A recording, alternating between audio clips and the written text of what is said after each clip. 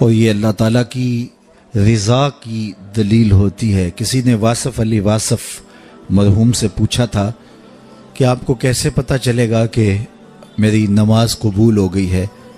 تو کہا ایک نماز کے بعد جب دوسری عطا ہو جائے تو سمجھ لو پہلی قبول کر لی گئی ہے۔ تو یہ سعادت مند لوگ ہیں جو 5 گانہ نماز شعار زندگی رکھتے ہیں اور ان کی نماز قضا نہیں ہونے پاتی۔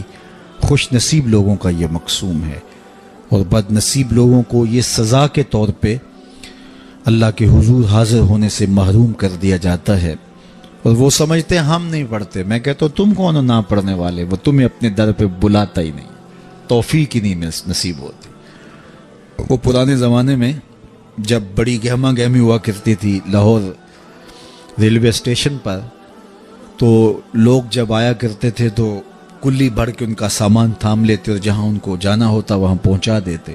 تو ایک صاحب اترے تو ایک بوڑھے کلی نے سامان پکڑ لیا، تو جب اسٹیشن سے باہر آئے تو سامنے نوری مسجد پڑتی ہے، تو اس کے قریب پہنچ کر اس نے کہا کہ میکلوڈ روڈ پہ جانا تھا، تو کہا میری نماز اثر ابھی رہتی ہے تو تم سامان کے پاس رکو میں نماز پڑھ لوں۔ تو بابا جی اندر چلے گئے، نماز تعدیل ارکان کے ساتھ ادا کی۔ اب یہ بابو بہت پریشان تھا کہ کافی وقت لگ رہا ہے اور میں نے اپنے ہوٹل میں پہنچنا ہے، تو وہ بار بار اندر جھانکتا ہے تو بابا جی ابھی رکوع میں ہیں، بابا جی ابھی قیام میں ہیں، کبھی سجدے میں ہیں۔ خیر اس نے وقت گزارا، خیر بابا جی نے سلام پھیرا۔ ان کی عادت تھی کہ اس کے بعد تسبیحات فاطمہ بھی پڑھا کرتے تھے، تو وہ پڑھنے لگ گئے، تو اس کا پیمانہ صبر لبریز ہو گیا۔ تو یہ آگے بڑھا اور جہاں جوتے اتارے جاتے ہیں وہاں کھڑا ہو کے مسجد کے اندر جھانک کر کے کہتا ہے بابا آ بھی جا، تینوں کیڑی شے باہر نہیں آن دیندی؟ تو بابے نے پلٹ کے دیکھا اور ہنس کے کہا پتر جڑی شے تینوں اندر نہیں آن دیندی۔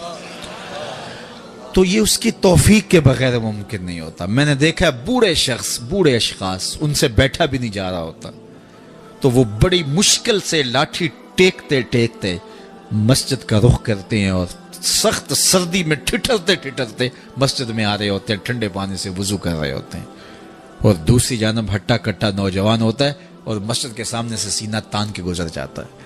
اندر سے اللہ کی پکار کی آواز آ رہی ہوتی ہے، اس کے نمائندے کی پکار کی آواز آ رہی ہوتی، تو یہ توفیق ہوتی ہے۔ اللہ سے توفیق مانگو، وہ کبھی سجدے سے محروم نہ کرے، وہ اپنے حضور جھکنے سے محروم نہ کرے۔ قیامت کے دن اللہ تعالیٰ لوگوں کو کہے گا کہ میرے حضور سجدہ ریز ہو جاؤ۔ آج اگر کوئی نماز پڑھتا ہے یا نہیں پڑھتا، قیامت کے دن تو چاہے گا کہ میں اس کی حضور سجدہ ریز ہو جاؤں۔ جب سورج سوا نیزے پہ ہوگا پھر تو کوئی انکار نہیں ہوگا۔ بے نمازی سجدہ کرنا چاہیں گے بھی کمر اکڑ جائے گی، نہیں کر پائیں گے۔ اللہ فرماتا ہے قرآن مجید کے اندر کچھ لوگ جہنم کو دھکیلے جا رہے ہوں گے، ان کے ملنے والے کوئی راستے میں ملیں گے، ان کو کہیں گے ما سلککم فی سقر، تم جہنم میں کیوں جا رہے ہو؟ تو وہ کیا کہیں گے؟ لم نکو من المصلین، ہم نماز نہیں پڑھا کرتے تھے۔ ایک بار نہیں، 2 بار نہیں، قرآن و حدیث میں 750 مرتبہ نماز کا حکم آیا ہے۔ یار ایک بات میں آپ کو کہوں، ہمارے خطبہ کہتے ہیں نا کہو سبحان اللہ، تو سامعین نہ کہیں تو وہ ناراض ہو جاتے ہیں، کوئی مذاق کر دیں گے، پھر سخت غصے میں آ جائیں گے، کئی تو ناراض ہو کے تقریر چھوڑ دیتے ہیں کہ میں تمہارے پاس آیا ہوں، تم زور سے سبحان اللہ بھی نہیں کہتے۔ تو 3 مرتبہ، 2 مرتبہ، 4 مرتبہ ایک مکرر ایک بات کہے اور آپ نہ مانیں یا میں نہ مانوں تو وہ ناراض ہو جاتا ہے، اور میرا رب ایک بار نہیں 750 مرتبہ کہہ رہا ہے۔ نماز کا حکم اللہ اور اس کے رسول کی جانب سے 750 مرتبہ ہے۔ کتنا ڈھیٹ پنا ہے کہ بندہ پھر بھی اللہ کے حضور سجدہ ریزی کی توفیق نہ پائے، اور وہ کس طرح جو ہے وہ ڈٹائی کے ساتھ اپنی زندگی گزار دے۔ 5 گانہ نماز شعار زندگی بنا لو، یہ دین ہے، اس کو اچھی طرح سے روحوں میں اتار لو، اور 5 گانہ نماز کبھی بھی تم سے قضا نہ ہونے پائے۔